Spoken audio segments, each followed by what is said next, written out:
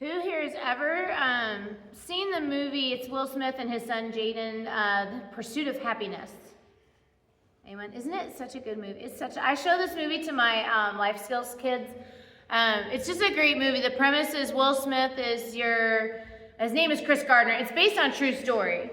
So Will plays Chris Gardner. Chris Gardner was your pretty typical low middle class, lived in the city, kind of inner city gentleman, and he was working, and things were fine but not great. He was a salesman, and someone talked him into it wasn't a Ponzi scheme, but sort of. It was to sell these X-ray machines. They looked like a sewing machine, basically, when you carried them around. And it was this X-ray machine that gave a slightly better picture. So somebody got a hold of him like, these are great. They're going to revolutionize medicine. They're going to sell like hotcakes. He's like, perfect. So he basically gave all of his money to buy 30 of these. And then they didn't sell very well. And so even though he was hustling and working hard, constantly working, constantly hustling to sell these things, he was having a really hard time. He was working his butt off and not really making much money.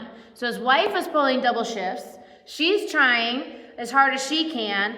He's got his kid in this terrible daycare, which is where the title of the movie comes from. The daycare is called something Happiness with a Y. And things are ish going. They're surviving until they're not. And here's the trailer. Chris made the bold decision. He saw that guy with the car, and he was like, that's where I need to go in my life. Thank you, Jax. It should, no, well, maybe not. Hit the space bar, see what happens. Okay? Click not the play button, see what happens. Oh yeah, do that. There we go. Thank you. Now you can post it now. It should work. So Chris Gardner sees that guy with a sports car, and he asks them the question, what do you do and how do you do it? And it doesn't show it, but in the movie, he also says, I guess you got to go to college for that. And the guy says, actually, no. You just got to be good with numbers and good with people. And he's like, well, I'm good with numbers and I'm good with people. So he goes home and he tells his wife, I'm going to be a stockbroker. I'm going to get this internship and I'm going to be a stockbroker. And she's like, I don't even care. She is so done with being poor and their lifestyle and all of it. She's like, I don't even care, whatever. She keeps saying, whatever. She doesn't understand that this is where he needs to go. And so she ends up leaving. And then he's left with, he's like, you can go all you want, but I am keeping my son. And it's actually his actual son who plays his son, which is really sweet. And it's hard. First they go to a motel, then they get kicked out of the motel, and they're literally homeless. So he's in this competitive, non-paying internship, and only one person out of however many, 25 or whatever, who do this internship get offered a job. One. And he can't stay as long. The other guys can stay till 6 or 7 to meet their quota. He can't do that because he's got to go get his son and get across town on a bus to get to the homeless shelter before they close because they are capped out. And so, it's hard. It is a hard decision, and the whole time he's in the internship, doing the best he can. He's carrying his laundry wherever he goes. He has to carry that X-ray machine and stash it and try to act like he's not in the position he's in, and nobody understands it, except the son. He's like, do you trust me? And the little boy's like, you're a good papa. I trust you. But it is hard. It is hard in the waiting. There are a lot of us in our lives where we know we need to go somewhere. We know there's something we need to do that's for our best good, whatever. And nobody gets it. We say, I've got to do this thing, and people are like, that doesn't make any sense. Why would you do that? You're not equipped for that. That's going to be hard. You're not going to be able to do that. And they tell you can't do it. But you're like, no, I know I need to go here. And I think about the the Old Testament is filled with stories like this. Noah was told to build an ark. People are like, you crazy. Why are you building a giant boat? How are you going to get all those animals on there? Lot was told to leave where he was living and everything he knew and don't look back.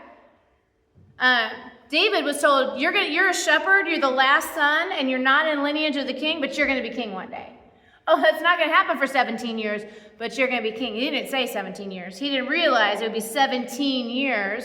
He was on the lam, living in caves. And he's probably like, what the heck, God? I thought you said. Joseph was told his brothers are going to bow down to him, and that took 13 years. And he was in slavery. He was sold into slavery. He was put into prison. God tells us to do things sometimes, tells us we need to make a move that's for the best of us, and a lot of times it gets way worse. So today I want to tell you a story of like one of the quintessential people that this happened to in the Bible, and that's Abraham. We know him as Abraham. He was born Abram. He is in the lineage of Noah and Adam and Eve and all that. And so like God comes to him one day and says, hey, it says, the Lord said to Abram, go from your country, your people, your father's family. Go to the land I'm going to show you. He says, and I'm going to make you a great nation. I'm going to bless you. I'm going to make your name great. You're going to be a blessing to all these other people. I'm going to bless those who bless you. I'm going to put a curse on anybody who curses you. And all the nations on earth are going to be blessed because of you. So, like, we know, those of us who've been around church, we're like, yeah, Stephanie, I know the story. But I want you to take a minute and really think about this. So Abe comes back home to Sarai. Her name was Sarai at the time, his wife. And they're eating dinner, and it's probably like goat stew or something. And he's like, hey, Sarai, soup's great tonight. Hey, by the way, I was out in the field today, and God came to talk to me. And he told me we need to pack up everything we own and move. How long do you think you can get that? Because you know what happened. You know he said this, and she had to be the one who mobilized everything. Because that's how it works, right? She's the one who had to do all the logistics. Okay? And so, but she's probably like, wait, what? God came to see you? Really? How'd that happen? Did you have a little magic mushroom or something? What's going on there? You smoking something, Abe, because God came to see you? And you want me, hold on. You want me to pack up? Where are we going? I don't know. He just said go that way. She's probably like, Abe, you crazy. I cannot pack this whole household, and I don't even know how much food do we pack. How long are we going to be gone? Are we coming back? Like, he's like, I don't know. God just said go that way. Let's do it. And she had to mobilize. Now, in my mind, I have always pictured, like, Abe and Sarai, and it says he took Lot with him. So Abram went just as the Lord told him, and Lot went with him, that's his nephew. Abram was 75 years old when he left Haran. He took his wife Sarai, his nephew Lot, and they took all their people and possessions they had acquired in Haran. So I'm thinking there's like 3 people. Okay, maybe a couple, maybe a lady's maid for Sarai, and like a valet for Abe or something like that. I'm thinking like max 10 people. But later in the story, oh wait, that slide just got left. It says Lot was moving around with Abraham. Lot also had flocks, herds, tents, and the land didn't have enough food for both Abram and Lot. They had large herds, many servants, and they weren't able to stay together. There were so many people in this party that when they moved to like an open area, it was not enough food for everybody. I always pictured a small little band of people. Now I'm like, wait, hold on. Herds, not herd. Tents, not tent. And to give us a better idea of numbers, so long story short, they split up. Abram's people and Lot's guys, they're like fighting and like, you're taking all of our grass, oh, you're taking all of our wheat, and there's not enough water. And so like, fine, we got split. So Abe and Lot go to this hill, and they're like, okay, he's like, which side of the valley do you want? You go one way, and wherever you go, I'll go the opposite. Lot's like, I'm going to go that way. Abe's like, cool, I'm going to go that way. And then Lot goes to this place called Sodom and Gomorrah, which that's a whole other story. But while he's there, the kings of that area happen to be in a feud, and there's a war. And as a part of that war, Lot and his family are carried off as captives. Abe's like, you can't take my nephew. So Abe decides to go after him. Abe is 75. I can barely like walk up and down stairs. And he's 75 and he's going to go to war. Like that just seems crazy to me. Says Oh, wait, where did my slide go? Oh, here it is. It says, Abram heard that Lot had been captured, so he called out 318 trained men. All of them were sons of his servants. Abram and his men chased the enemies as far as Dan. Okay, so Abe had 318 trained soldiers. Not 318 people, 318 trained soldiers. So if 318 trained soldiers, imagine how many people he had. And that's just Abe's guys. So I'm thinking Abe's got at least 1,000 people that came with him. And if he and Lot had to split up, that means Lot probably had around 1,000 people. So when God told Abe to move, Abe had to mobilize probably around 2,000 people. Sarai had to mobilize the logistics of 2,000 people. Those of you who were in the room, imagine trying to put together, move this like half of Ludlow. Okay, half of Ludlow, we're leaving. Because God told Abe we got to go. And they're probably like, what? But I like it here. I have friends here. I've got a life here. And they're like, well, but Abe says we got to go, so let's go. And they went. This just seems crazy to me. If you came to me and said that, like, the mayor of Ludlow, Sarah, who's her name, right? Sarah's like, hey, Ludlow, I heard from God. He says we need to move out to Kansas. We're going to move Ludlow to Kansas. Let's go. I'd be like, no. I like it here. My family's here. I'm comfortable here. I got a house. I got a job. I got my things all set up. You want me to basically pack everything I can and carry it. They didn't have cars.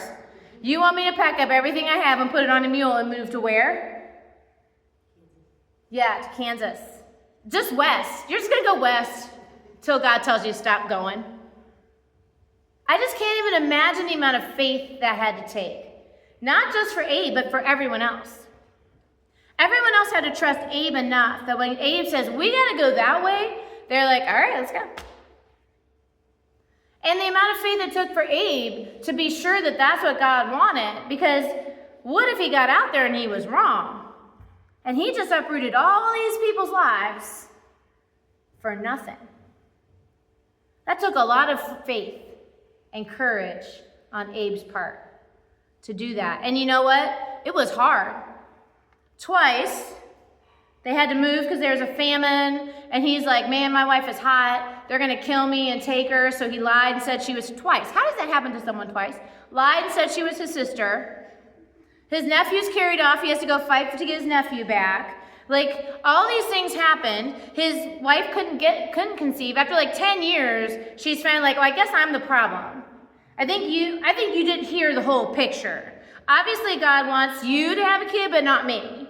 So here's my servant, have a kid with her, and he did because he's stupid, and because it caused all kinds of baby mama drama in his house.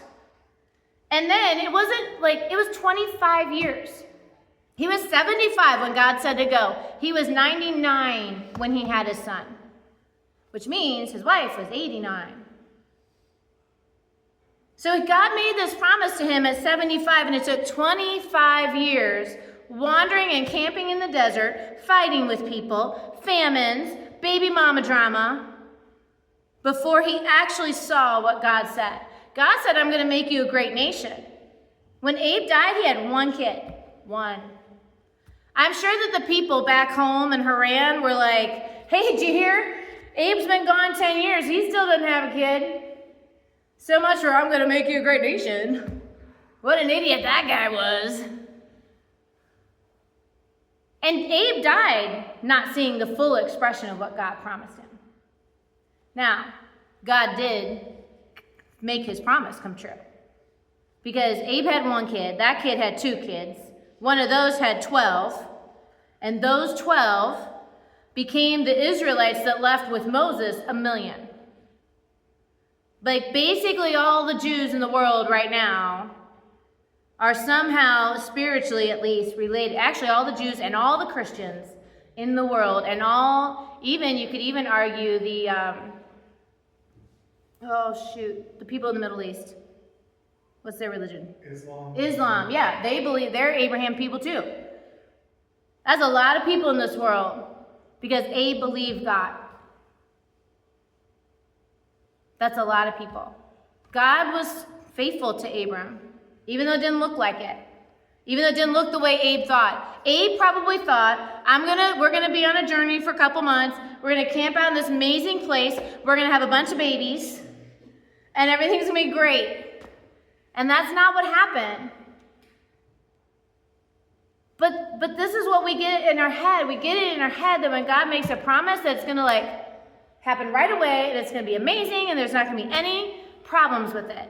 But that's not the way it usually works. And if you look at a lot of the stories in the Bible, when God promises something, there's usually a battle, a spiritual battle, a physical battle, whatever, in between the promise and the fulfillment of that promise. And that is hard. It is really hard to hold on to God and believe that God really talked to you when you're in that in-between space. I'm in that in-between space. I truly believe that God told me to wait on a specific person for a marriage. And it's been years. And I feel like, God, I thought you said this. I'm getting old. My biological clock's ticking, Lord. Come on, let's go. And still I'm waiting. And I have asked God 1,000 times, did I hear you right? Was I imagining things? And over and over and over, God encourages me, sends me a sign, sends me some encouragement, sends me a song, sends me a Bible verse. Someone says something, I run into that person, whatever. And I'm like, okay, I trust you, Lord. But I thought this would be a very short break. And it's been a very long break. And it is really hard to wait. Chris Gardner believed that was his destiny. He went for it. And it was hard.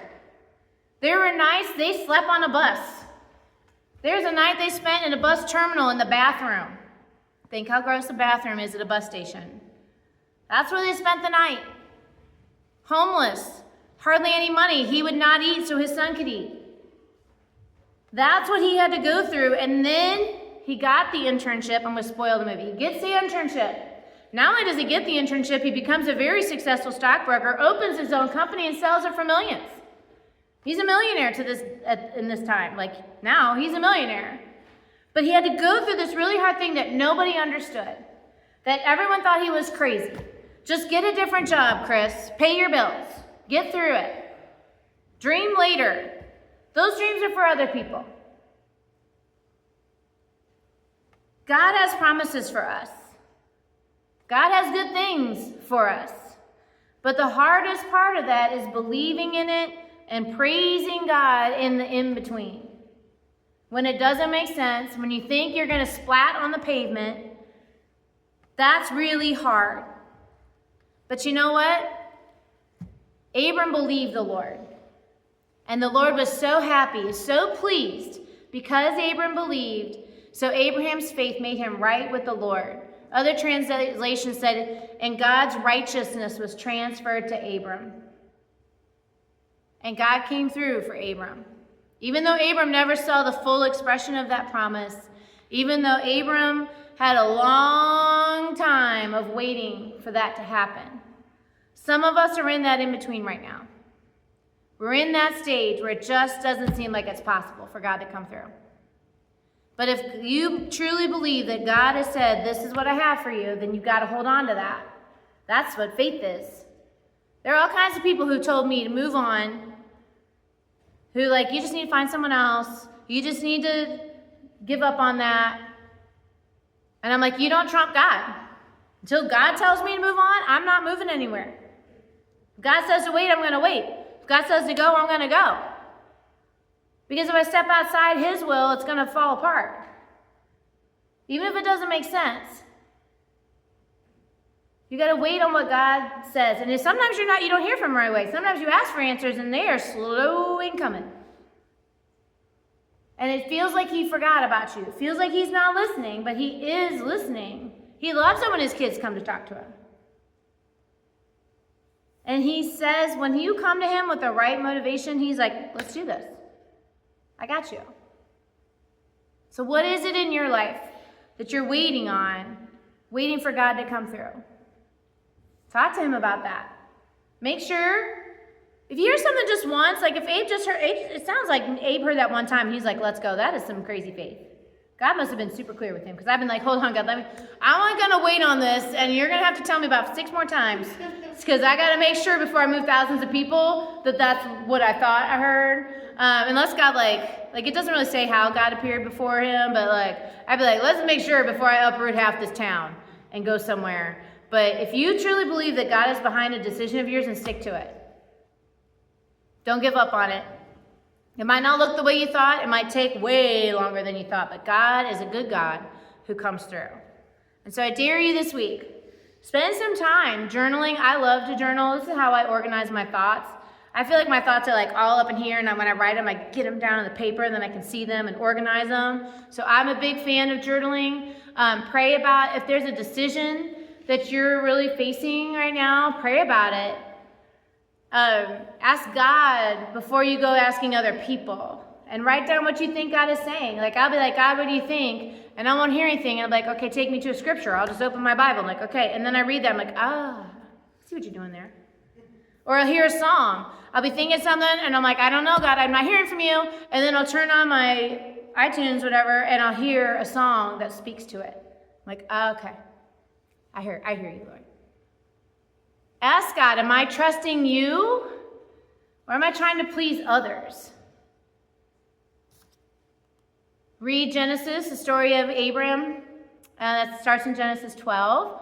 Or you could read about, in Hebrews, they talk about Abram, and they talk about how what he was promised came true. And then to engage others. Encourage someone who's wrestling with a big decision. Share a story of a time you follow God, even when it didn't make sense. Help them to see that faith isn't crazy. It is not logical. Faith is not logical. But it's anchored in God. And God has the power to make all things come true. I don't have that kind of power, but God does. So talk to him this week. Lean in on him and what he has to say. Listen and take bold steps in faith. And all of God's children said,